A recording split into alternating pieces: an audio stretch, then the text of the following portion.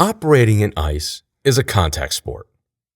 In Arctic drilling exploration, it is typically wise to plan operations on avoiding contact with sea ice when the ocean is ice-free most of the year. However, when the summer is short, there is insufficient time to complete an exploration operation in ice-free conditions. But where to draw the line on operating in ice or not? First, I want to share the following key message related to the important decision on whether to avoid ice or to operate in it. The biggest risks can result from operating with open water equipment under the assumption that ice can be avoided completely with confidence. A combination of region-specific dynamics, fog and storms, can cause ice to slip through to the drilling platform without forewarning, from unexpected areas, or much faster than anticipated. Also, in pioneering areas, there is a high uncertainty of when ice occurs. Each time we have entered a new operational area, there have been surprises in the first few years of ice arrival at a platform. Operationally, the following are the two key factors for planning. First, during the exploration phase, you learn important lessons and increased exploration efficiency by learning to operate in contact with sea ice. The regional weather, ocean, and ice conditions and dynamics are learned during the first years in the area. To learn to master the operations in these regional conditions, you must operate when ice arrives and use the shoulder seasons for this stepwise learning. All future exploration operations in the area will see increased efficiency as a result of this stepwise learning.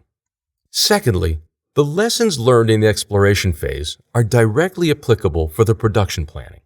If the environment is not understood and the operating in contact with sea ice not mastered, the production phase design tends to include overly conservative or even misrepresented operational approaches and assumptions.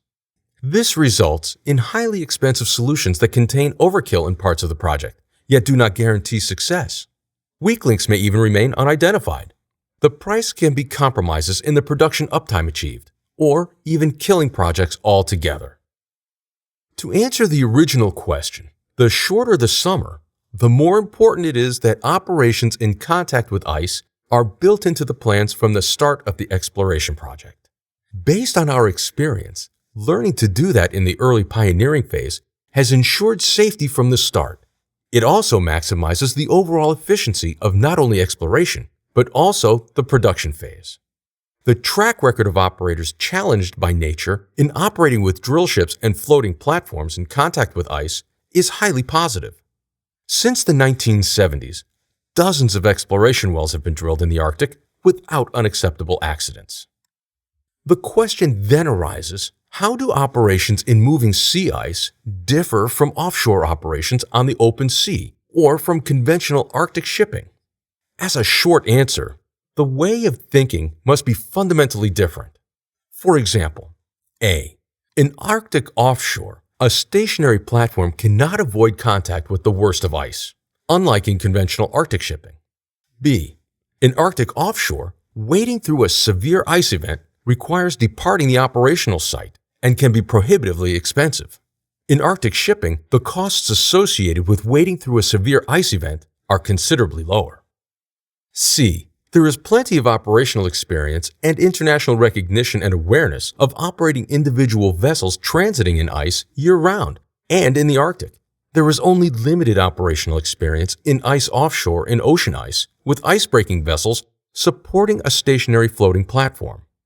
D. The problems often stem from the fact that the safety culture of the entire organization is based on ice avoidance or on trying to solve operational problems with design. Safe, cost-effective, and operationally efficient execution of an ice offshore project operating in contact with ice requires integration of design, region-specific conditions, and operational ice management to form a complete and balanced plan. The most efficient solutions are achieved in the safest manner by requiring operators to operate safely in contact with ice. The sooner this starts in any area not yet sufficiently known to the operator, the better readiness there is to encounter surprises. This avoids having to count on pioneer's luck whilst learning about the new operation and region. The basic secret to operating safely and efficiently in regions of ocean ice is knowing how to do so in contact with ice, not avoiding contact with it.